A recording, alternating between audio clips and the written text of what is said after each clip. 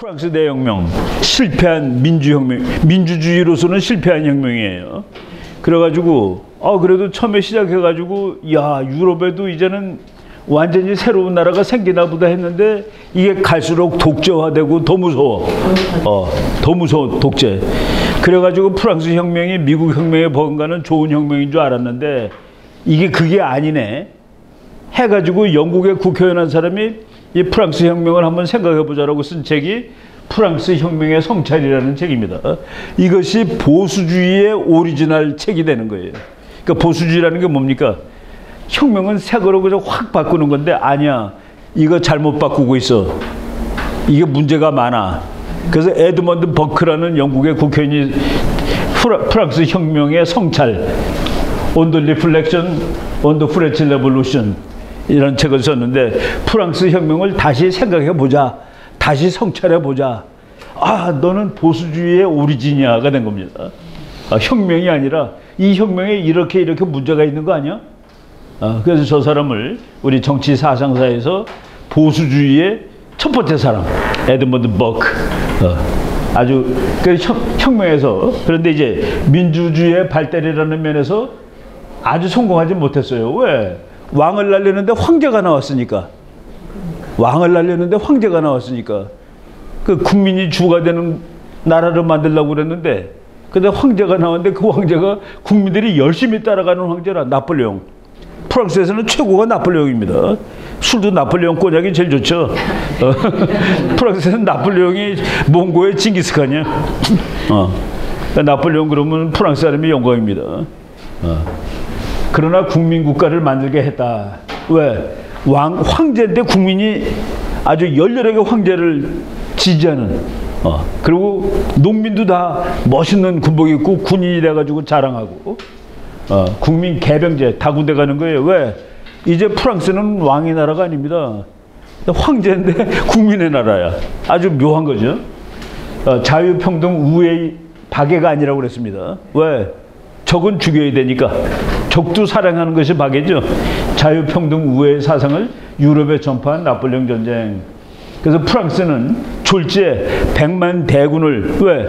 국민 개병제가 되니까 민주국가니까 농민도 군인이 될 수 있으니까 이 100만 대군이라는 무지막지한 파워를 가지고 차제에 유럽을 속건하자 해가지고 그냥 다 쓸어버리는 겁니다. 러시아까지 갔다가 결국은 러시아한테 지죠. 러시아한테 진 게 아니라 추위해진 겁니다. 그래서 러시아를 갈 때 62만 명이 갔는데 올 때는 한 2, 3천 명이 왔습니다. 이게 뭐 말이 안 돼. 그러니까 62만 명이 갔는데 살아온 사람이 3천 명인가 그래요. 이런 그 무지막지한. 근데 프랑스 군인들이 아주 즐겁게 죽더라는 얘기입니다.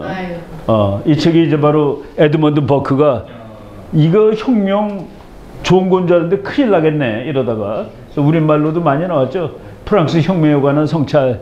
이것이 정치 사상적으로 보수주의의 첫 번째 책이다라고 보면 될 거다라는 얘기입니다. 일본보다 번역이 100년 뒤다요? 일본은 100년 전에 나와요? 네. 하긴 뭐 일본은 번역하는 데는 도사니까 그놈들은. 내가 그 대학원 다닐 때니까 70년대 후반인데 그때 일본 학생들이 와 있는데 우리는 영어인으로 쩔쩔매는데 그럼 그거 무슨 책이니? 그래서 이거 뭐야 그랬더니 일본에다 전화 걸어가지고 번역판을 찾아가지고 그냥 뭐 자기 말로 읽으니까 얼마나 속도가 빨라요. 일본은 뭐 웬만한 게 번역이 다 돼 있더라고. 프랑스 책, 독일 책이 다 돼 있었어요. 지금 뭐 우리나라도 이제 번역이 꽤 많이 나오는 편인데 한 6, 70년대는 일본이 압도하고 있었죠. 이거가 우리말로 번역에 나와 있는 책입니다.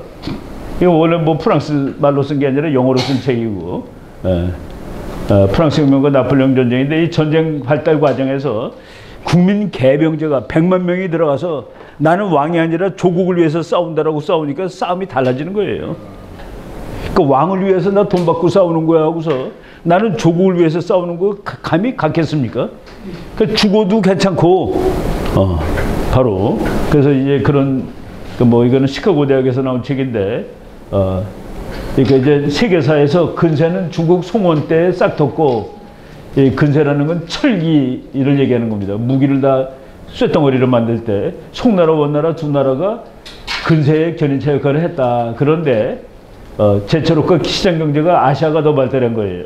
그래서 100만 대군도 있었어. 명나라에. 그렇지만은 시장 경제가 거침없이 발달한 지역은 여러 나라로 이루어진 유럽이었다. 여러 나라는 것은 장사꾼이 많아가지고 경쟁을 하였다 그런 소리입니다. 한 놈이 다 접근하고 있는 게 아니라 중국에서는 상인뿐만 아니라 군인도 천대를 받았지만 유럽에서는 상인과 군인 모두가 대접받는 존재였다. 유럽에서는 또 특히 이제 군인은 귀족으로 그래서 그 대우를 받는 계급이죠. 그러다 보니까 아시아보다 이제 군사력이 국력이 더 세지는 겁니다. 뭐 프랑스 혁명기가 쭉 요건 뭐 나폴레옹 이때도 지도가 이래요. 지금 유럽 지도하고 전혀 다르죠. 국경은 쉬지 않고 변한다. 이 땅이 내 땅인 이유는 내가 because I have military control over that something. 내가 그거에 대해서 군사력 통제권을 가지고 있기 때문에 저게 내 거야. 국제법 오케이. 이승만 박사는 바다에 이만큼 줄고 저기 완전히 국제법의 반칙입니다. 세상에 그런 왕반칙이 없어요. 이만큼 거놓고 이거 다 우리 거야. 평화선 오지 마. 일본인들이 못 와. 그 독도가 우리 거가 된 거예요. 그래서 그 깡으로 악으로 그렇지만 순수히 국제법으로 보면은 야 12해리가 영해지 마 이거 바다를 이렇게 긋는 게 어디 있어? 그래서 동해바다 다 반쪽을 다 이거 우리 거라고 그러니. 중국이 서해바다 반쪽 지 거라고 그러는 거랑 똑같은 거예요, 사실은. 그렇지만은 그 깡으로 우리나라 배도 시원치 않을 때 독도를 우리 거로 확실히 한 대통령이 이승만이다는 얘기. 이거 뭐 다 이거 세상이 지나면 다 바뀌죠. 프랑스 혁명은 자유의 여신이 이제 시체를 밟고 지나가는 거죠. 절대군주에서 왕정국가에서 국민국가. 그때부터 영어로 네이션 스테이트라는 그 영어 단어가 있습니다. 네이션 스테이트. 국민이 주인이 되는 국가. 그러니까 옛날에 다이너스티. 그러니까 왕이 주인이 되는 국가가 국민이 주인이 되는 국가로 완전히 바뀐 것은 프랑스 혁명과 그 여파예요. 그러니까 루이 14세 이 사람이 유럽에서 제일 돈이 많은 사람이었는데 군대를 아무리 길러도 30만이 최고야. 30만 대군. 그러니까 유럽이 쩔쩔매는데 나폴레옹은 단칼에 100만 대군을 만든 겁니다. 프랑스 혁명으로. 그러니까 농민들이 다 군대 왔어요. 그래서 농민들이 군복이 너무 좋아. 그런데 그 프랑스 혁명은 프랑스의 그 귀족 계급들, 이런 귀족 계급들이 평민을 깔고 살던 그 제3 세력이 이제 반란 일으킨 거죠. 이 사람들이 주가 되는 나라를 만든 겁니다. 그래서 이제 쭉 보고 이 사람들이 주가 돼가지고 농민이 다 이런 옷 입고 군대 가는 거야. 프랑스 내가 이제 그 토이 솔저로 모읍니다. 그 병정 장난감 병정 있죠. 병정 인형 요만해. 이렇게 생긴 것들이에요. 요거 하나 요만한 게 쇳덩어리인데 무거워요. 5만 원이야 하나. 이런 거 이제 모으는데 전쟁서 공부하는 사람들이 그런 거 좋아합니다. 진짜 프랑스 쫄병이에요 이게. 프랑스 쫄병이 이렇게 입고 다니는 거야. 그래서 100만 대군을 저렇게 만들어 가지고 이 전쟁을 하는 거예요. 이게 황제를 위하여, 프랑스를 위하여. 그 적들. 육사 생도 같아. 네? 생도 같아. 육사. 그 육사 생도처럼 옷이 멋있죠. 이게 프랑스 병사라니까. 그러니까 기분이 너무 좋은 거야. 이제 내가 농민인데 군인이 다 돼서. 옛날에 군인은 돈 없는 사람은 군대를 못 가요. 그러니까 스파르타군은 지 돈으로 군복도 만들고 무기도 들고 가는 거야. 그래서 스파르타는 귀족이 다 군대입니다. 돈이 있어야지 군인을 가는 거라. 그런데 아테네는 해군 위주로 기르니까 군인이 배를 들고 갈 수는 없잖아요. 그러니까 해군은 나라가 마련하고 그 배에는 몸만 가면 돼. 그래서 그 나라 민주주의가 되는 겁니다. 아테네는 민주주의가 꼽히고 스파르타는 권위주의가 계속 유지되고 궁극적으로 민주주의한테 당할 수가 없었고, 근데 해군을 하다 보니까 그래서 해군이 데모크라틱합니다. 그 군이 문화도 달라요. 육군은 장교들은 안 주고 장군들은 전쟁터에 가서 총 들고 싸우지 않잖아요. 높은 사람들 다 뒤에 있어. 그래서 육군은 소령쯤만 돼도 안 주고. 내가 이제 중2 때 월남 전쟁이 안 끝났으면 그 지원해서 가고 싶다 그랬더니 우리 교관 중에 중령이 야 임마 중위는 가면 죽어 그러더라고. 왜 병사들하고 같이 나가야 되니까. 소령만 되더라도 뒤에 있거든요. 육군은 그래서 권위적입니다. 야 가면 그럼 가서 싸워야 돼. 공군은 귀족적이에요. 공군은 장교가 죽어 가서. 조종사는 다 장교니까. 해군은 데모크라틱해. 대령이나 이등병이나 죽을 확률이 같아. 한 배를 탄 사람이니까. 그래서 군인들, 그래서 해군 쪽이 데모크라틱합니다. 이 우애도 좋아. 해군 그 함장님 죽으라면 죽는 거야. 병사들이. 왜? 함장도 자기랑 똑같이 죽거든. 그리고 오히려 선원구하고 함장이 죽죠. 문화가 그래. 공군은 장교가 싸우고, 육군은 병사가 싸우고, 해군은 같이 죽어. 만약에 죽게 되면은. 물론 지휘하는 사람은 총은 안 쏘겠지만은 배가 깔아주면 같이 죽으니까. 그러니까 내가 이제 우리 군을 보니까 그런 문화적 차이가 또 있더라고요. 공군은 뭐 장교들이 조종하니까, 그러니까 전투원이 장교잖아요, 그죠? 뭐 소령, 대령, 대위들 이제 써놓은 겁니다. 근데 군인들한테 이런 옷을 입혀주면은, 이런 사람이 100만 명이면은 무적이 되는 거예요. 그래서 이거를 프러시아의 장군 한 사람이 보고, 와, 나폴레옹군, 저게 끝내주는 군대다. 그래갖고 쓴 책이 전쟁론, 클라우제비츠 장군의 전쟁론은 나폴레옹 전쟁을 보고 쓴 겁니다. 그리고 또 누구야? 니체인가? 그 사람이 나폴레옹이 말 탄 것을 보고 이것이 이 시대의 정신이다. 와, 저런 사람이, 그러니까 민주국가라는데 황제가 나와서 100만 대군을 지휘하고 그 무지막지한 나라를 만드는구나 하는. 나는 이 옷 볼 때마다 이게 병사들을 너무나도 기분 좋게 한 거구나 하고서 옷 좋은 거 주면 기분 좋잖아요. 그죠? 이거 얼마나 멋있어. 장화에다가. 그래서 이제 이건 뭐 그냥 그 랩의 악 맞습니다. 그게. 그냥 메스가 한꺼번에 일어서다. 국민 개병제라는 뜻이에요. 그래서 이 세계에서 국민 개병제, 월급 안 주는 군인을 100만 명을 만든 프랑스. 근데 루이 14세는 월급 주는 군인 30만 명, 용병 30만 명. 근데 그거 가지고 유럽 전체를 덜덜 떨게 했는데 나폴레옹은 나라를 위해서 목숨 바치겠다는 100만 대군 월급도 안 주는. 그래서 이제 그 돈 가지고 통조림도 만들고 다 그런 거죠. 행군. 그 이제 나폴레옹 말이 유명한 말이 군인들은 배로 행군한다. 잘 먹이면 돼. 잘 먹이면 된다는. 그래서 이제 그러니까 근데 프랑스라는 나라가 새 나라예요. 옆은 전부 다 왕이야. 그래서 각국의 군주들은 프랑스 왕의 죽음을 복수하고 프랑스 왕을 가서 죽여버렸거든. 프랑스 혁명 시위대가. 근데 왕끼리는 서로 다 통하던 사람 아니에요. 복수하고 혁명을 파괴할 것을 서약했다.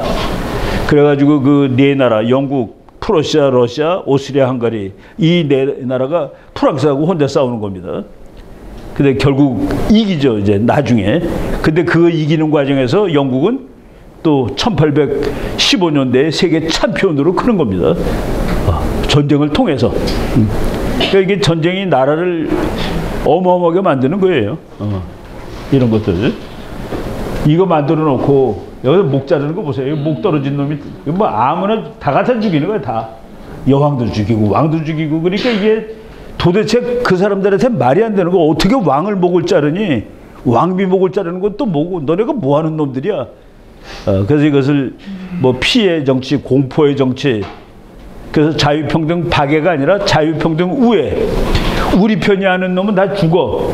라는 그 정치 사상이. 프레터니티죠. 프레터니티. 근데 그게 미국 대학 같은 데서는 프레터니티라는 말을 많이 쓰지 않아요? 프레터니티가 이제 기숙사에 같이 있는 애들이 프레터니티예요. 우리 같은 기숙사에 있는 친구들, 기숙사 같은 동이 프레터니티입니다. 근데 여기서 프레터니티 그 말을 밑에 뭐가 나오면은 울라모를 해가지고 오와 더 데스. 그러니까 뒤에 붙어 있어요. 친구 또는 아님 죽음을.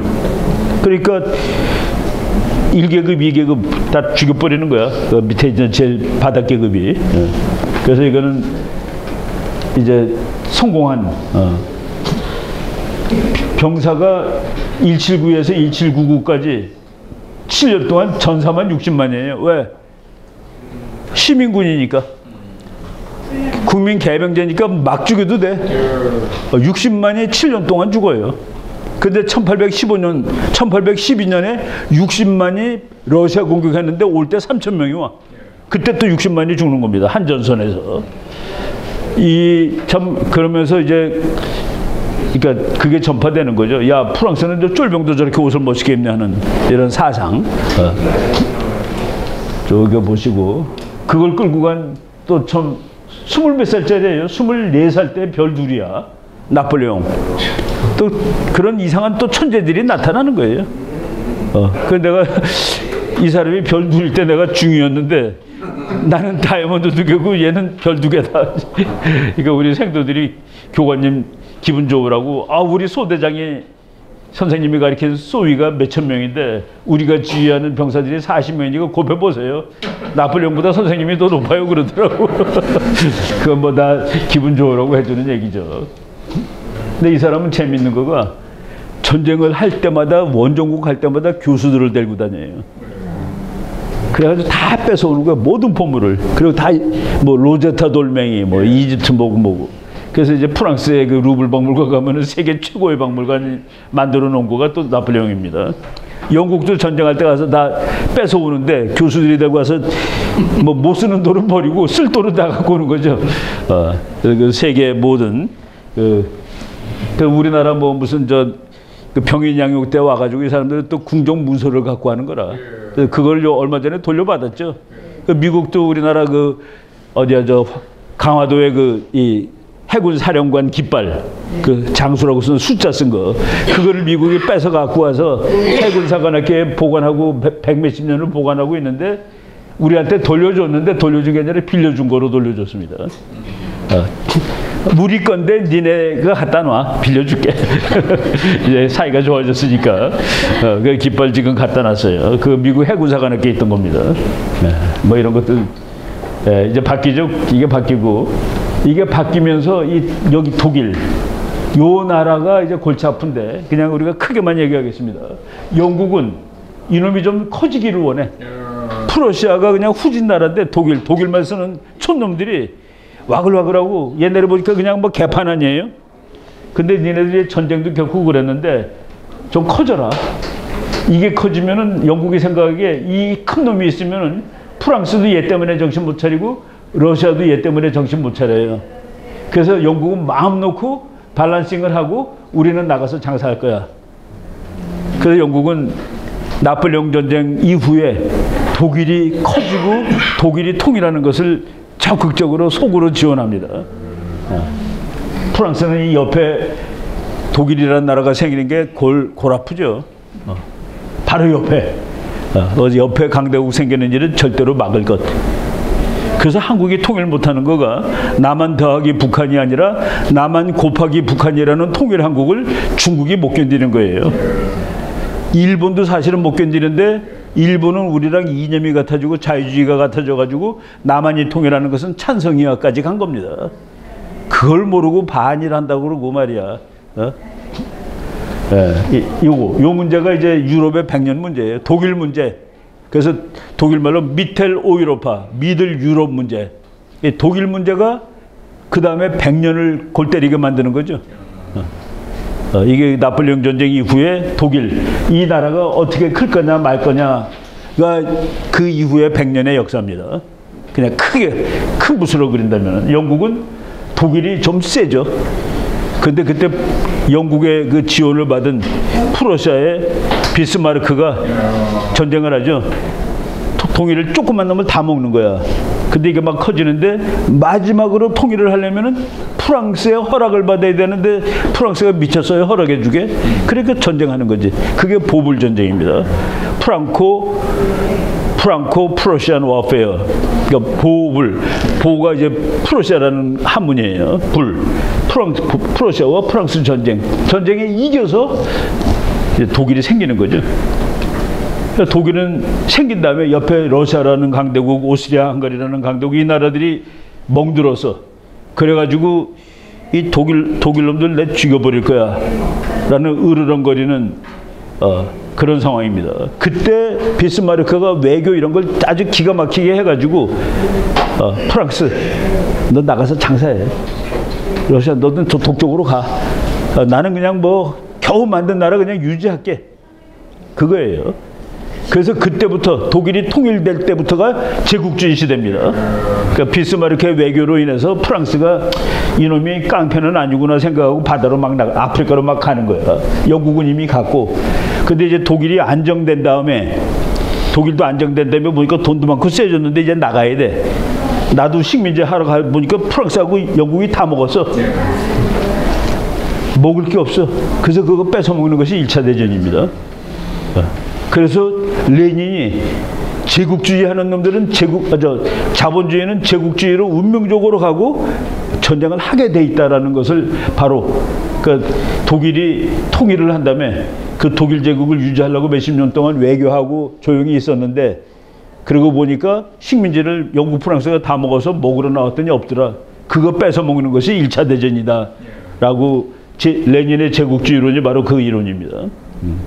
그게 이제 지난 100년의 이야기예요. 거기서 우리가 이제 외교 얘기하는 건데 쭉 뭐 나중에는 총통되는데 교황 데려다가 이 모자를 찍었어. 이거 찍었어. 이게 교황이 이거 황제의 이 모자를 들고 와서 씌워주려고 그랬더니 주소 자기가 받아갖고 찍었습니다.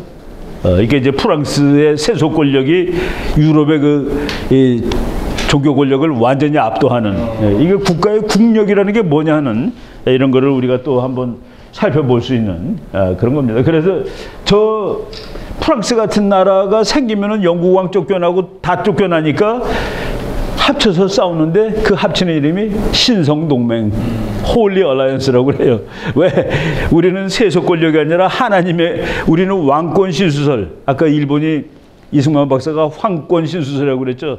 왕은 전부 다 하나님이 준 권력인데 이 프랑스 촌놈들이 그 왕을 쫓아내다니 그래서 그걸 지키기 위해서 뭉친 거를 영어로 홀리 얼라이언스라고 합니다. 그 홀리 얼라이언스하고 프랑스하고 싸워서 홀리 얼라이언스가 이기고 이긴 다음에 시작되는 것이 그 유럽에 있는 조그만 나라, 큰 나라 다 모여가지고 30몇 나라가 비엔나에 모여서 1년 동안 회의하는 거예요. 9개월인가. 근데 서로 그때부터 외교의 시대라. 프랑스가 한번 파티하면은 영국이 더 큰 파티하고, 그 다음에 프로시아가 더 큰 파티하고, 매일 밤마다 술 먹고 파티하고 놀고, 그래서 그때 이 비엔나 회의를 설명하는 말이 회의는 춤춘다. 그러나 진전하지는 않는다. 뭐 그런 말도 있고, 뭐 하여간, 그래서 우리나라 서울대학교 김용구 교수가 비엔나 회의를 책으로 썼는데 책 제목이 춤추는 회의입니다. 근데 그때 모든 외교가 생긴 거예요.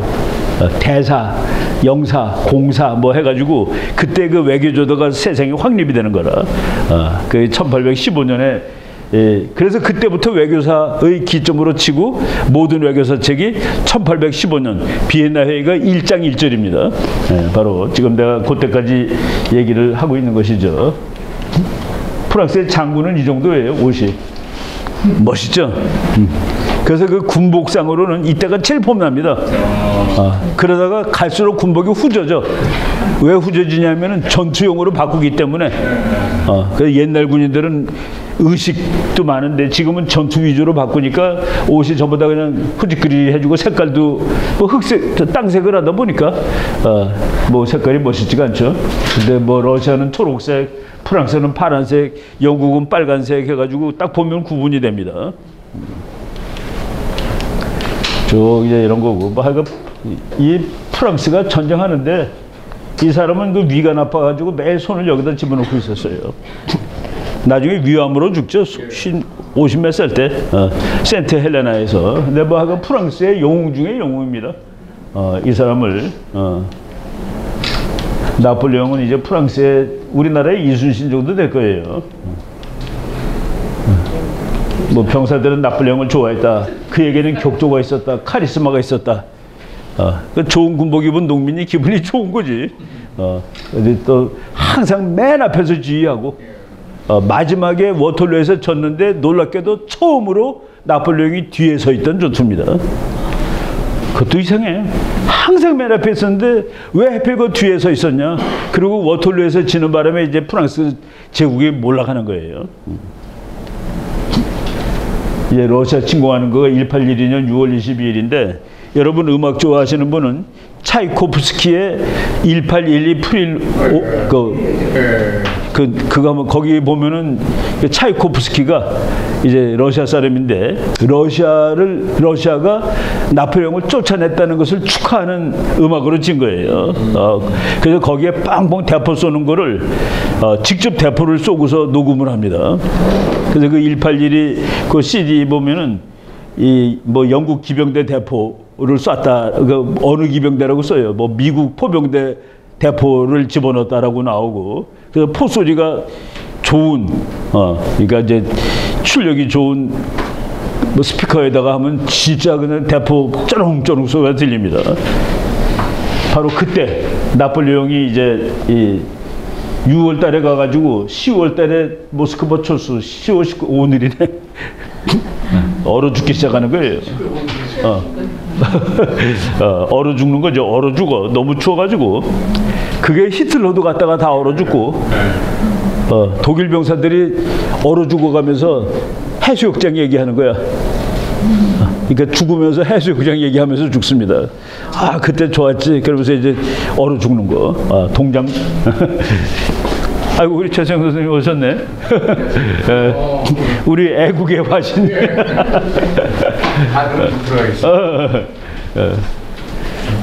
지금 저 나폴레옹 전쟁 얘기하는 중입니다. 모스크바 철수 시작. 이거 뭐 8,000명만이 살아서 8,000명이나 3,000명이 아니라 요거 책마다 달라요. 3,000명이라는 책도 있습니다.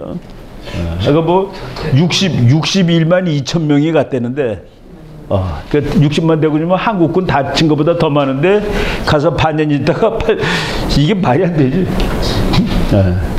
그러니까 이제 차이코프스키의 그 1812 오버추어 한번 나중에 들어보세요. 뭐 워낙 유명한 그거니까. 뭐 이거 그림으로 다 이렇게 남아 있습니다. 모스크바까지 이 프랑스에서 여기까지 갔다가 다시 여기까지 오는 거예요. 이 니멘강이라는 뭐 이 강에서 이 강에 도착한 사람은 단 10,000명밖에 없었다. 모스크바를 9만 명이 출발했는데 갈 때는 60만 명이 가서 얼어 죽고 이게 이런 전쟁이에요. 49일 지속된 전투에서 프랑스군 30만 명이 전사했다. 러시아군 25만 명이 전사했다. 그래서 이때 나온 전쟁 이론은 대군주의입니다. 숫자가 많은 나라일수록 좋은 거야.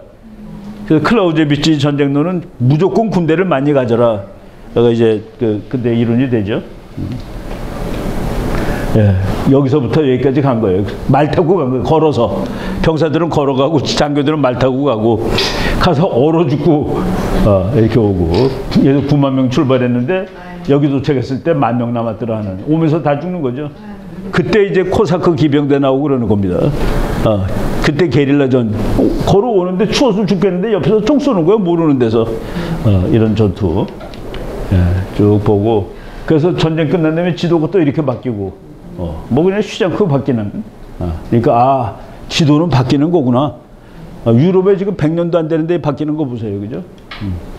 그래서 이제 나중에 후퇴하는 장면이에요. 눈 덮인 진흙탕을 이렇게 와가지고 프랑스 혁명은 이렇게 문을 닫았다가 되는 겁니다. 그렇지만은 프랑스 혁명이 민주국가를 만들지 않고 민주주의를 기반으로 가는 황제국가를 만들었는데 그것은 워머신이 되더라. 무지막지한. 그래갖고 유럽을 다 휩쓸어 버렸고, 강대국이라는 게 군대가 많으니까 강대국이라는 그 당시에 그 군사 사상도 만들어냈고, 이 그림들 이때는 사진이 제대로 없으니 그림이 많이 남아 있습니다. 이런 데서 걷는 거가 아무리 옷이 좋으면 뭐예요, 그죠? 이거 비참한 장면들이죠. 이렇게 얼어 죽고 걸어오고, 이런 그림들이 많이 있습니다. 나중에 나폴레옹이 어쩌다 이 꼴이 되었는가. 뭐 그렇지만은 하여간 세계를 어마어마하게 흔든 그 대표적인 영웅이죠, 영웅. 그래서 그 미국에서 말이죠, 20세기를 빛낸 사람, 20세기의 인물, 20세기의 인물은 누가 봐도 히틀러입니다. 또는 스탈린이에요. 그런데 아인슈타인으로 해놓은 거예요. 지난 세기의 인물에 갖고 아인슈타인을 올려놨는데 차마 영향을 많이 미친 사람은 스탈린이나 뭐 차라리 모택동이라든가 이런 놈들이 골 때리게 만든 20세기를 개판으로 뭐 좋든 나쁘든 그러니까 페이머스가 있고 노토리어스가 있잖아요, 그죠? 악질적으로라도 영향을 많이 미친 놈이 있단 말이죠. 근데 그거를 그러니까 우리 그 교수가 이게 아무리 그래도 타임지에서 20세기 인물을 아인슈타인이라는 건 쪼크다. 자기 보고 하라고 그랬으면 히틀러나 스탈린 하겠다 그러더래요. 전장서 교수가 그렇게 얘기하더라고요. 그게 맞는 얘기죠. 오케이. 요거는 한 20분 하고 끝낼게요. 그러니까 오늘 지금 원래 내가 2시간 강의하고 이제 나머지는 1시간은 이제 토론도 하고 뭐 쉬기도 하고 또 바쁜 사람 집에 가기도 하고 그러는 시간인데 지금 4시 10분 전이니까 4시 10분까지 현대외교 비엔나 요거 얘기 드리고 그리고 토론할 수 있고 또 가셔도 되고 여기서도 이제 뭐 이 몇 년 몇 월 며칠 날 무슨 조약을 맺었다 이것은 뭐 나중에 책에 나온 거 보면 되고 큰 그림을 보면 됩니다. 그런데 외교사 국제정치사는 강대국의 행위를 연구하는 것이다. 지금 국제정치 이론이 뭐 몇백 개도 넘는데 뭐 국제정치 Contending Theories of IR 국제정치에 서로 싸우는 이론들 해가지고 이자만한 책이 있어요. 한 700페이지 되는 책인데 이론이 몇백 개인지 모르는데 그 이론 몇백 개는 한 10나라의 행동을 설명하는 겁니다. 지구 역사에 나타난 10나라. 그 10나라가 뭔데? 소위 말하는 강대국. 우루과이가 뭐 어떻게 했다는 이론에 안 들어가요. 강대국의 행동, 그때 이렇게 저놈들이 행동하더라. 그래서 국제정치학 이론은 강대국의 행동 이론입니다. 국제정치 이론 대부분이 강대국 행태론이다. 기껏해 7, 8나라.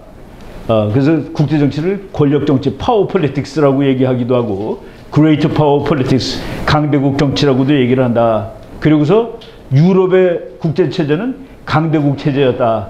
강대국이 국제체제의 성격, 구성 등을 전부 결정한다. 원칙을 결정하는 겁니다. 그래서 국제정치에 패킹 오더라는 게 있어요. 패킹 오더라는 거는 모이 쪼아먹는 순서라는 뜻입니다. 톡톡톡톡 닭이 쪼아먹는 게 패킹이에요.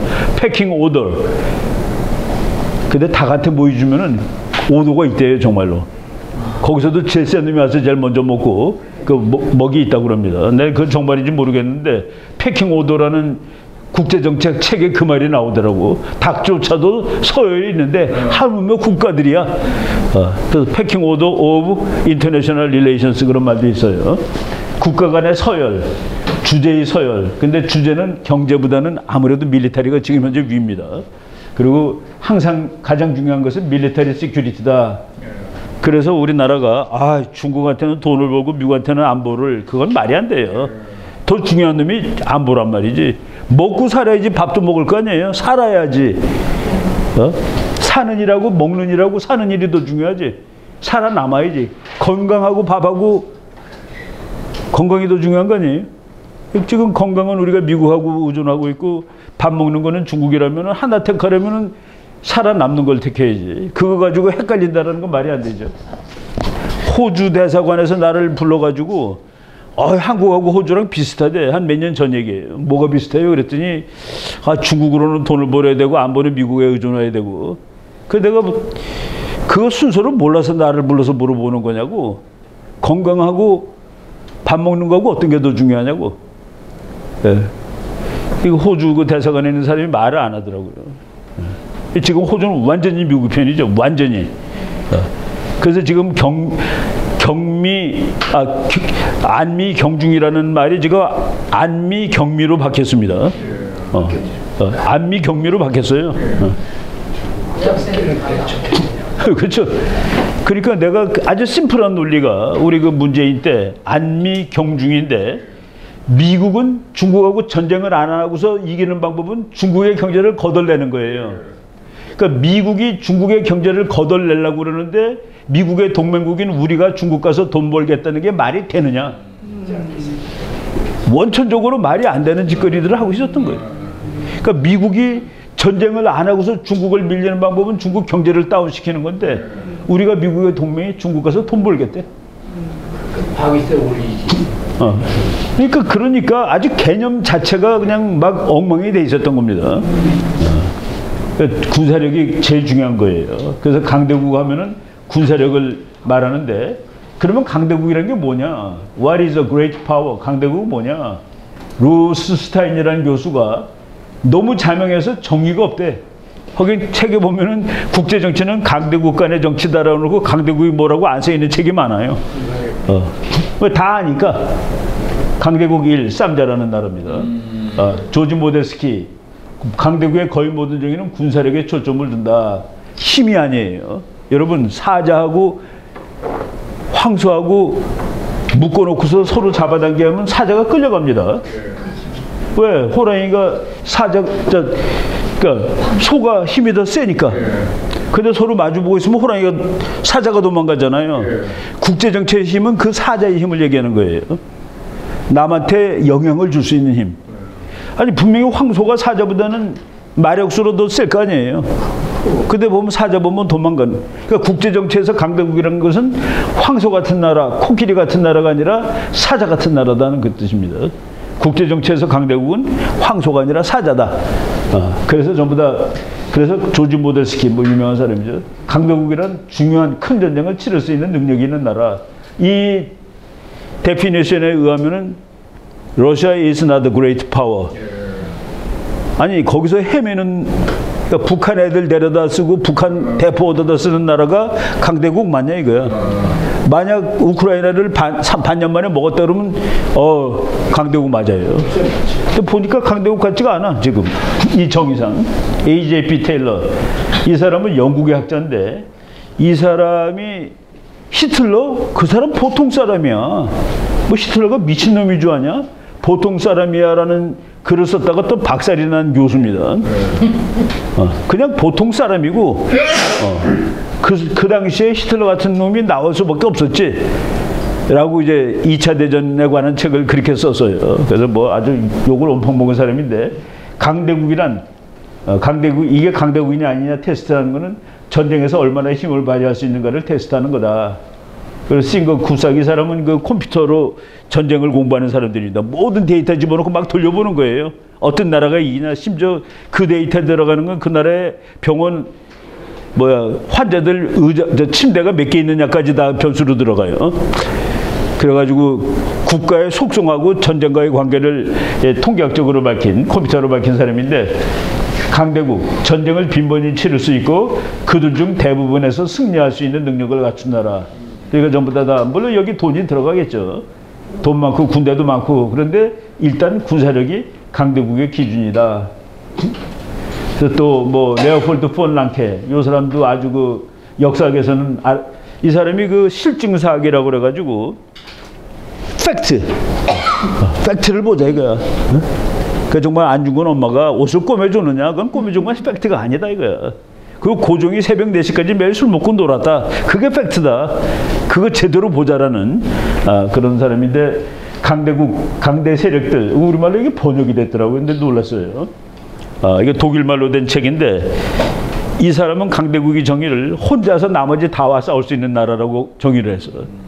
그러니까 이제 사람들이 이 사람의 정의는 초강대국을 얘기하는 거다. 초강대국.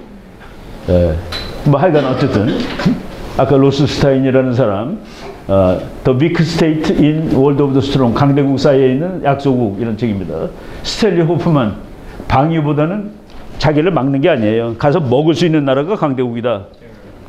마이클 하워드 강대국이란 정의상 자국 국경 밖에서 일어나는 일을 통제할 수 있는 국가를 말한다.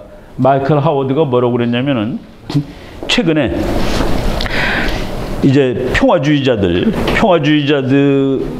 평화만 얘기하다가는 곧 나의 운명이 상대방의 손아귀에 들어가 있음을 발견하게 될 것이다.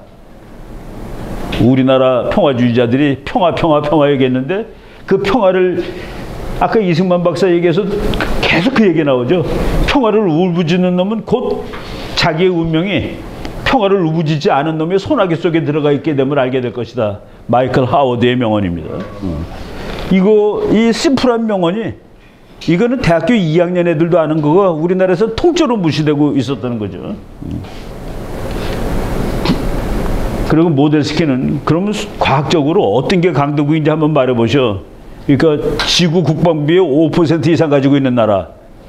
근데 지금 보니까 미국이 30 몇 퍼센트? 36, 중국이 13, 그리고 나머지는 5% 이상 가진 나라가 없어요. 그러니까 모델스키의 정의에 의하면은 미국하고 중국만이 강대국이고 나머지는 이제 쪼무레기들이 되는 거죠. 그래서 어떤 사람은 보병의 숫자, 이거 지금은 해군의 숫자가 더 중요한데 해군의 숫자도 앞으로 아니에요. 지금 중국이 미국보다 해군 많다고 그러는데 일론 머스크가 뭐라고 하는지 아십니까? 숫자가 뭐가 중요해요? 내가 아이디어 몇 개입니다. 그 사람이 트럼프가 대통령 되면은 미국의 군사력을 무지막지하게 바꿔놓을 거예요. 미국이 지금 군함에다가 포를 달았는데 포가 아니라 빛이 나가요. 빛이 나가는데 이 빛이 나가는데 빛 한 방이 1,000원이야. 근데 그 1,000원에 저쪽 비행기가 날아가요. 비행기 한 방이 빛 하나로 날아가는 겁니다. 이거로 다 바꾸고 있어요. 미국이. 그러니까 그거가 있는 놈이 이기는 거지 군함이 많은 놈이 이겨요. 나폴레옹 전쟁 시대나 숫자가 많은 사람이 이기는 거지. 그러니까 중국이 지금 헛짓하고 있다라고 되는 겁니다. 바로 이런 식으로 지금 미국 군사력을 바꾸는데 윌리엄 톰슨은 해군력이 센 나라 강대국, 로스타인은 육군이 센 나라. 이건 다 옛날 얘기고 우리 이제 지도 교수인데 잭 리비라는 사람 5가지가 써야 돼. 1. 고도의 구사 능력, 전쟁을 잘해야 되지. 그리고 그 나라의 이익은 대륙이나 전 세계적으로 이익이 걸쳐 있어야 돼. 리저널 파워는 안 되고 글로벌 파워를 해야지 강대국이야. 상해한 행동, 보통 나라랑은 특별히 달라 행동이. 그리고 다른 놈이 강대국으로 쳐줘야지 돼. 근데 강대국에 쳐주는 건 이미지도 강대국이 있고 형식적으로 정말 돈이 많다든가 군사력이 센 거. 이미지상 강대국이 뭐냐면은 저건 힘도 없어. 그리고 돈도 별로 안 많은데 그래도 계속 강대국에 껴주는 나라가 있는데 그게 이태리입니다. 역사상 이태리는 실력이 아니라 옆에 있는 너도 강대국이야. 그래서 강대국의 반열에 오래 있던 나라. 그거를 이제 우리 잭 리비 교수가 그래서 이미지상 강대국이 있고 남들이 너 강대국이야 그러면 강대국이다. 그래서 국제정치에서 승인이라는 게 그렇게 중요합니다. 남한은 유엔이 유일한 합법정부로 승인했던 나라고 북한은 그 승인을 못 받은 나라예요. 다만 유엔에 같이 가입했을 뿐이지. 그 승인, 레코그니션, 강대국도 옆에서 레코그니션을 해줘야 돼요. 그런데 이제 뭐 형식적인 기준이 있고 이미지 기준이 있다. 이미지로 이태리 같은 나라는 강대국도 아니었는데 강대국 반열에 항상 들어갔다. 재미있는 분석이죠. 그래서 세계 역사에서 5가지 조건을 대략적으로 갖췄던 나라들. 프랑스 1495년서부터 지금까지 강대국이에요. 영국도 500년 동안 강대국. 합스부르크 왕조는 강대국이었다가 지금 없어졌어. 1차 대전 후에 합스부르크라는 나라가 없어졌습니다. 지구에서. 그 다음에 스페인이 1495년, 리비 교수가 1495년을 근대 국제체제의 시점이라고 보기 때문에 이렇게 하는 거예요. 스페인도 강대국이었다가 1808년부터는 강대국 반열에서 날아갔어. 오토만 제국 1699년까지 강대국이 없어졌고, 네덜란드는 1703년까지 강대국이 없어졌고, 스웨덴 1721년에 강대국 때에서 탈락. 러시아가 1721년부터 지금까지 강대국. 프러시아, 독일, 소독, 독일. 이게 이름이 계속 바뀌죠, 나라가. 1740년부터 지금까지 강대국으로 쳐주자. 프러시아가 1870년에 독일이 됐는데, 프러시아는 그래도 유럽의 강대국으로 쳐줍니다. 이태리 1943년까지 강대국. 그 이후에는 강대국이라고 보기 곤란하다가 잭 리비 교수예요. 미국 1898년부터 강대국이다. 요거는 뭐냐면은 미국이 캘리포니아에 도착해가지고 이제 우리 여기까지 왔는데 어디로 가지? 아, 저로 할 수 없이 가야 되겠다. 그래서 그 하와이 먹고 필리핀 먹는 거가 1898년이에요. 그래서 미국을 1898년부터는 강대국으로 쳐주자. 그리고 일본 보세요. 1905에서 1945년까지 강대국이었다. 또 우리나라 외교권 뺏는 을사조약서부터 해방될 때까지가 일본은 세계의 강대국에 들어갔고, 그리고 없어졌다가 1980년부터는 강대국으로 쳐줘야 된다. 일본은 지금 강대국 반열에 들어갔습니다.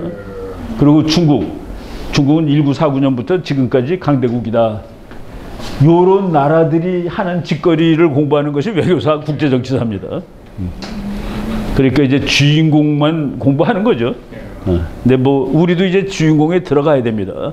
지금 종합국력상으로 일본보다 높게 나올 자료도 있어요. 일단 군사력에도 좋으니까. 그리고 미국이 한국 군함 사가는 거 알죠? 미국이 한국 보고 한국 군함을 지금 아직 사가지는 않는데, 지금 니네들이 우리 군함을 수리해줘까지 갔습니다. 그래서 미국 그 해군 장관이 몇 달 전에 우리나라 한화 이런 데 와가지고 보고 왔어요. 그 미국 랜드 연구소라는 미국의 보수 연구소에서 지금 미국의 딜레마가 중국 해군이 미국보다 양이 더 많습니다. 톤수가 많아요. 촉수도 많고. 물론 퀄리티는 미국이 좋은데 그거를 어떻게 해결할고, 한국 보고 만들어 달래. 그러면 중국보다 더 좋은 미국급의 군함을 중국만큼 빨리 싼 값에 만들어 줄 수 있으니까, 그거가 되면은 뭐 북한 중국 끝나는 날이죠. 이런 나라들을 공부하는 것이 국제정치다. 뭐 국제정치 내가 이제 번역한 책, 국제정치의 강대국 정치의 비극. 왜? 중국이 1등 되고 싶어하는 거? That's okay, natural. 당연히 너는 1등이 돼야지. 미국이 중국이 결코 1등이 되면 안 돼. 그것도 내추럴. 너가 1등을 해야지. 그래서 두 나라가 전부 악질이 아닌데 결국은 한번 붙는다라는, 그래서 국제정치는 비극이다라고 쓴 겁니다. 강대국 정치의 비극. 근데 우리나라 사람들의 정치는 너무나도 낭만주의라. 북한하고 평화가 오고 중국하고 평화가 오고 가서 이렇게 천안문광야에서 중국군한테 격려 받쳐주면은 우리 편 김정일 모가지 비틀어 줄 거고, 시진핑 아저씨가. 이런 엉터리 국제정치학이죠. 다 그거 이제 지금 버려야 됩니다. 그리고 1815년 이후에 쭉 뭐 나오는데, 이제 이 독일 커지는 거 보세요. 1815년 비엔나 체제에서 독일을 기르는 겁니다. 영국이. 근데 독일 기르는 거를 프랑스하고 러시아는 죽어도 안 되라고 하는 거고, 바로 여기에서 지난 100년 역사가 나온다. 그래서 지난 100년의 세계사는 독일의 문제다. 독일은 합쳐놓으면 너무 힘이 세. 그래서 이놈을 잘라버렸는데 이놈이 또 합쳐지는데, 그래서 그걸 합쳤기 때문에 냉전체제는 끝났다로 치는 겁니다. 독일이 더 이상 못 가불게 하는 것이 2차 대전 이후의 세계체제인데, 독일 놈 때문에 전쟁을 두 번 1차 대전, 2차 대전 했으니까 너 잘라져 이놈아. 근데 그걸 붙이는, 냉전이 끝나는 거가 그걸 붙임으로 해서 이제 한 시대가 바뀌는 거예요. 근데 독일은 지금 이제 군사력으로는 커요, 안 커요? 군사력은 별로 크지 않습니다. 미국이 이거 통일되려고 그럴 때, 지금 이제 앞으로 온 거예요. 이거 통일될 때 영국의 대추 수상이 고바초프를 만나가지고 저 미국 놈들 돌았어요. 저놈이 독일을 통일시켜 주려고 그러고 있어요. 우리 군사력으로 개입해야 되는 거 아닙니까? 그랬더니 고바초프가 우리가 그럴 힘이 어디 있습니까? 라고 대답을 한 거예요. 근데 미국이 이 프랑스, 독일, 프랑스, 영국 이런 나라의 그 이제 위기감, 그거를 해소해 주기 위해서 직접 한 말입니다. 우리가 독일 목을 졸라줄 테니까 걱정들 하지 말라고. 그래서 독일이 통일된다음에 미군이 그냥 있는 것이죠. 깔고 앉아 있는 겁니다. 근데 트럼프가 대통령 된 다음에 미국의 그 아까 말한 강대국 국제정치의 비극이라는 책을 쓴 교수가 독일에 있는 미군을 빼라. 빼가지고 다 오지 말고 여기 있으라. 왜냐하면 독일은 러시아한테 먹힐 만큼 약하지 않다. 그러니까 미국이 여기서 지켜줘도 돼. 그래서 오프쇼 밸런스라는 말을 씁니다. 오쇼 밸런스가 아니라. 근데 그 미어샤이머가 한국은 아직도 땅에서 지켜줘야 될 나라야라고 얘기하는 겁니다. 근데 이제 얘는 이제 나가. 그래서 독일에 있는 미군이 빠져가지고 미군 주둔 1위가 일본으로 바뀌어요. 원래는 독일이었는데 근데 보세요. 일본, 독일, 영국, 이태리, 한국, 미국의 5대 주둔 국가인데 그 중에서 바보 같은 나라가 어디 있어요? 다 세계에 괜찮은 나라지. 근데 우리나라에 정신 나간 것들이 어디 미군이 주둔하고 주권도 없는 나라. 아니 영국, 독일, 이태리, 일본이 주권이 없는 나라예요. 세계에서 다 10등 안에 들어가는 나라인데 그 데이터 가지고 까면 됩니다.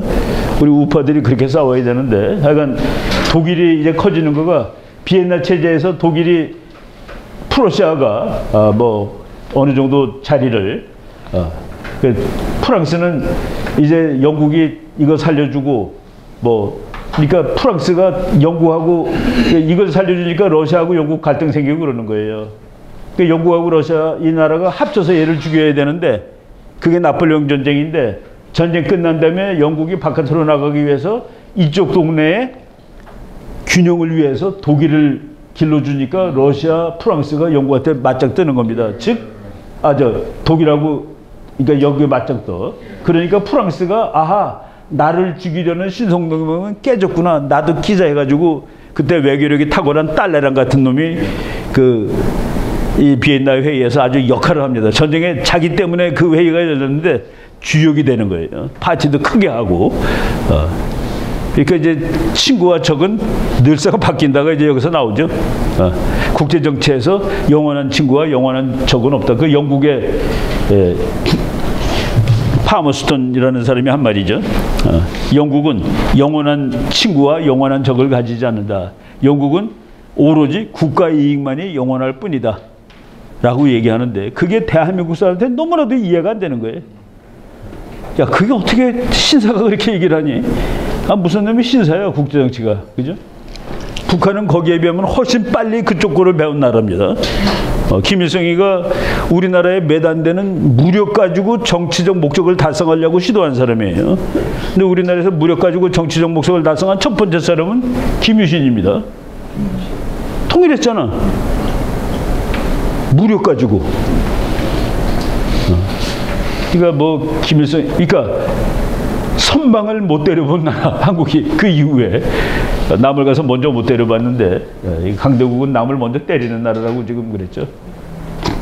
근데 모든 외교사책은 1815년부터 시작되더라. 다 우리가 대학교 때 배운 책이 이겁니다. 까리의 책. 이거 뭐 번역도 나왔는데 유럽 외교사 1815년 비엔나 회의 새 유럽 외교사 1815부터 나오고 또 서울대학교 김영구 교수 책도 1815부터 나오고 쭉 하고 이제 비엔나 체제 요 키신저 책도 읽어보면 좋아요. 회복된 체제라는 건 뭐냐면은 프랑스 혁명 때문에 유럽이 개판이 됐는데 다시 질서를 찾았다. 왕정의 질서를 찾았다. 안정을 찾았다. 그래서 정통성을 갖는 체제가 생겼다. 키신저가 정통성을 갖는 체제라고 얘기한 것은 반동 분자가 안 나오는 체제를 얘기하는 겁니다. 그게 정통성을 가진 체제예요. 근데 지금 반동 분자가 중국이죠. 지금은 정통한 체제가 아닙니다. 혁명적인 시기를 맞이하고 있는 거예요. 왜? 국제 체제에 중요한 나라가 이 체제에 수능을 안 해. 사실은 WTO 때문에 2등이 됐는데 지가 1등 되려고. 이 책도 아주 괜찮은 책이에요. 여기에서 그 난리던 외교관들 얘기 쭉 나온 겁니다. 이 사람은 메테르니, 오스트리아-헝가리의 메테르니를 아주 자기 스스로 메테르니가 된 거죠. 그러니까 그냥 다 요리하는 거예요. 외교로. 쭉 보고 이 책 아까 여기 우리 갖고 오셨더라고. 이 책도 이게 또 번역이 돼 있는데 좋은 책입니다. 쭉 보고 군주들의 휴일 모여서 놀고 즐겁게 2년 동안 회의하면서 회의는 춤춘다. 그러나 진행되지 않는다. 이 사람은 그 80세에 아주 노 외교관인데 와서 여자랑 술 먹고 감기 걸려가지고 죽었습니다. 회의하다가. 뭐 강대국, 공국 등 모두 참석해서 30몇 나라가 왔어요. 사상 초유의 대회의 각국 대표단은 대신은 물론 부인, 심지어 정부까지 대동하고 파티를 했다. 오스트리아 조정은 연일 축제를 마련하고 정신이 없었다.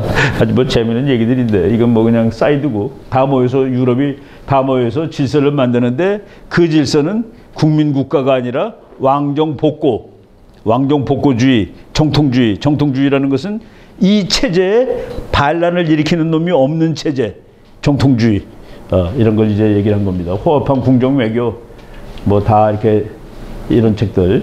영국이 그냥 쉬지 않고 프랑스랑 전쟁하는 바람에 챔피언이 되는 거예요. 그런 내용을 쓴 책입니다. Nearly, Britain fought a nearly non-stop war against the first. 그러니까 프랑스 나폴레옹의 첫 번째 혁명군을 맞이해서 1793부터 1815년까지 20몇 년 동안 쉬지 않고 non-stop 전쟁을 했다. 근데 전쟁도 잘하고 외교도 잘해가지고 프랑스가 깨진다 해보니까 영국이 내가 세계 챔피언이네가 된 겁니다. 물론 그 앞에도 센 나라였지만은. 그래서 영국이 세계 챔피언이 됐을 때 저쪽 챔피언은 러시아예요. 그래서 냉전은 미국하고 소련이 싸운 건데 원래 냉전은 원래 있었다. 퍼스트 콜드는 영국하고 러시아가 100년 동안 싸운 거다. 이 책이 요번에 나왔는데 나 아직 못 샀는데 영국이 아주 끝내주는 여자 역사학자가 쓴 책이더라고요. 저기가 이렇게 쭉 나가고,